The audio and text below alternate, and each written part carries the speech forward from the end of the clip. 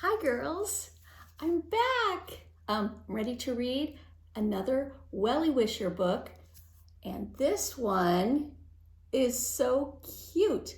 Look at the girl out there with her umbrella. This book is called The Rainstorm, Brainstorm. And the back of the book says, the Wellie Wishers want to give, it's Aunt Miranda's birthday. And the Wellie Wishers want to give her something special, but they can't agree on what it should be. Then Kendall discovers the tomorrow pile. What looks like a bunch of old, dirty, broken things to the other girls looks like cool stuff with lots of potential to Kendall. Can the girls use it to make something wonderful? So, I'm ready to read this book, and I have the girls here with me again, Catherine and Amy, in some other little clothes, but the book sounds good. It sounds like the girls want to honor Aunt Miranda with a present, but they can't seem to find anything until they find a pile of old things that hasn't been used. So let's find out if they can put together something special for Aunt Miranda's birthday, okay? So here I'm gonna turn around. Come over here so you guys can see the book. And the first thing I want to do again is read about the little girls so we can remember their names. Here they are. The Wellie Wishers are a group of fun-loving girls who each have the same big bright wish to be a good friend. They love to play in a large and leafy backyard, a garden cared for by Willa's Aunt Miranda.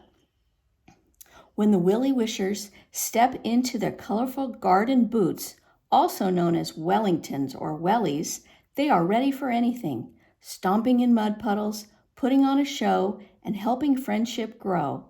Like you, they're learning that being kind, creative, and caring isn't always easy, but it's the best way to make friendships bloom. So here they are again. That's Willa, Emerson, Ashlyn, Kendall, and Camille. Okay, and here's their garden again. Remember the carrot hutch and the playhouse up at the top and the pond. Down along the bottom we have the garden shed, the tea table by the veggie garden, and here's the garden theater stage where they can put on shows. The garden gate up here by the flower garden, and there's Aunt Miranda's house, right in the middle. Okay, chapter 1 is called Birthday Countdown. Tap, tap, tap, tap, tap, tap. Kendall happily tapped with her hammer. She and Willa had made a sign. It said, "Only 5 days until Aunt Miranda's birthday." "Aunt Miranda's birthday is coming," said Willa. "We'll have a party," said Ashlyn, her eyes sparkling. "Let's start planning the party," said Kendall. She flipped open her notebook and held her pencil, ready to write. "What kind of cake shall we have?" "Carrot cake," said Willa. "That's Aunt Miranda's favorite." "And carrots too, I bet," giggled Camille. She made up a little poem. "We'll celebrate with carrot cake and happy songs and wishes. We'll celebrate. It will be great. We'll give her hugs and kisses." We'll have the party right here in the garden," said Ashlyn, "and there'll be pretty decorations like flowers and butterflies. And a big, beautiful present for Aunt Miranda," added Emerson. "A present!" cheered the girls. Kendall flipped to the new page in her notebook. "What shall we give Aunt Miranda for her birthday?" I know," said Ashlyn. "Let's give her decorations for the garden so that it looks like there's a party here every day." Ashlyn sang a little tune to Twinkle, Twinkle, Little Star. "Pretty decorations say it's a party every day. Willa had a different idea. Aunt Miranda loves animals, she said. The birthday present that she'd like best would be a safe, cozy homes for the animals in the garden. And Willa sang, homes for birds and squirrels and skunks made of wood or in tree trunks. Homes for skunks, said Emerson, wrinkling her nose. No, the best present for Aunt Miranda is puppets. Then she could put on a show. Emerson pretended that her hands were a puppy puppet and a kitten puppet talking to each other, and she sang, puppy puppets say bow wow, kitten puppet says meow. Animal puppets are only pretend, said Camille. Aunt Miranda would like real animals, something fancy like a peacock or a dolphin, she sang. Animals that swim and fly in the water in the sky. I think Aunt Miranda would like something that she could use here in the garden, said Kendall. And she sang, how about a garden hose tied up with some pretty bows?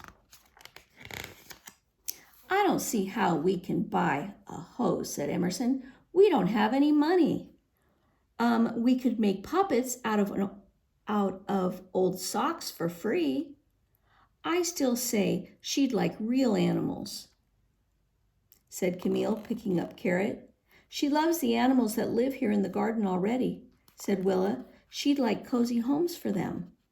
Stop, said Ashlyn, holding up her hands. We disagree about what we want Aunt Miranda's present to be. But we all agree on one thing. What? Asked the friends. Ashlyn said, we want her present to be great. Chapter 2 is called The Tomorrow Pile. Suddenly, Carrot jumped out of Camille's arms, lickety-split, boingety-boing. Carrot hippity-hopped away. Hey, where's Carrot going? Ribbit? Carrot followed that frog, said Willa. Let's see where they're headed. The girls followed Carrot, who followed the frog through the tall grass. Suddenly, plop! The frog jumped into a jumble of old flower pots and disappeared.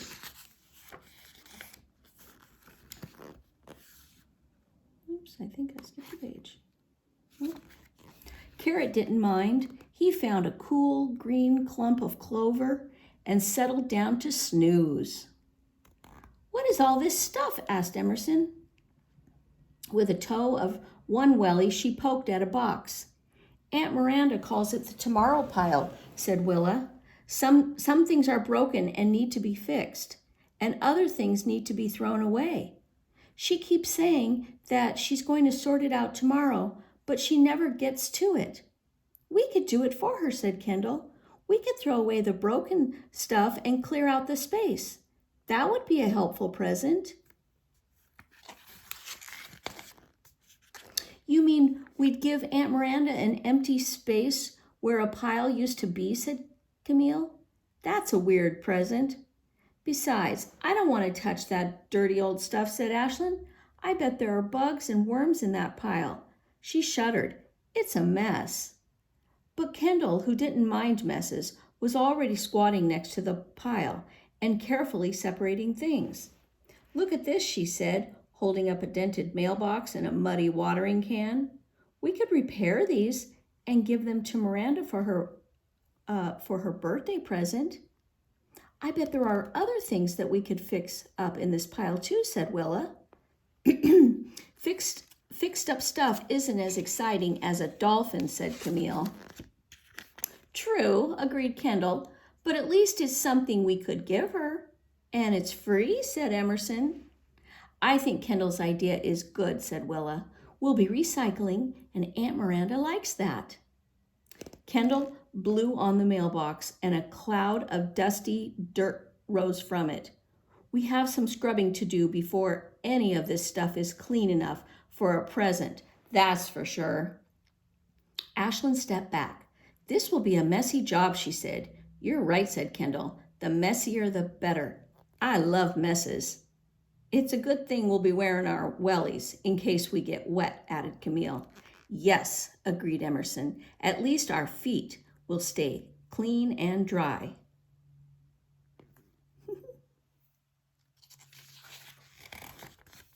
Chapter 3, Scrub-a-dub-dub. When the girls came to the old shed the next morning, they saw that Kendall had brought work gloves, scrub brushes, rags, and a bucket of sudsy, soapy water. Sorry.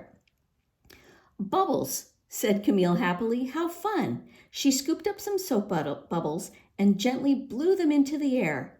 I like getting wet, so I'll do the scrubbing.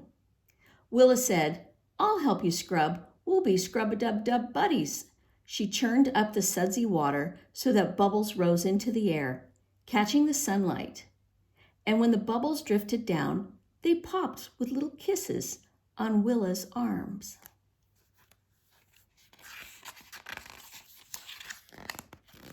Emerson tied Kendall's apron around her waist. I'll cut the weeds and vines, she said. Then you can put things out of the pile. And then you can pull things out of the pile, Kendall. Okay, said Kendall. I'll make a list of things that we might reuse, said Ashlyn, who didn't want to get too dirty. She picked up Kendall's pencil and notebook. Emerson clipped and snipped, and Willa and Camille scrubbed and rubbed. But as the sun rose higher, the day grew hotter, and Emerson's hands began to hurt from cutting vines and weeds. And Camille and Willa had wrinkled, pruny fingers from washing. Ashlyn was discouraged, because even after the things were washed, none of them looked like possible presents. There was an old spring, a flower pot, pans, cans, rusty garden tools, and some pieces of wood. It all looked hopeless to her. Ashlyn made a list of the things that they had found. Then she slipped off to sit in the shade and began doodling in the notebook. She sketched flowers and flower pots, leaves and hearts, swirls and smiley faces. She hummed to herself, pretty decorations say it's party every day. Emerson swiped the sweat off her forehead. Cutting tangled up weeds and twisted up vines was hard work. I need a break, she said to Kendall. Okay, said Kendall. Kendall mumbled. She was knee-deep in the tomorrow pile, tugging on a spring that was caught in a vine. Emerson took off the apron, draped it over her shoulders like a cape, and tied the strings in a bow under her chin.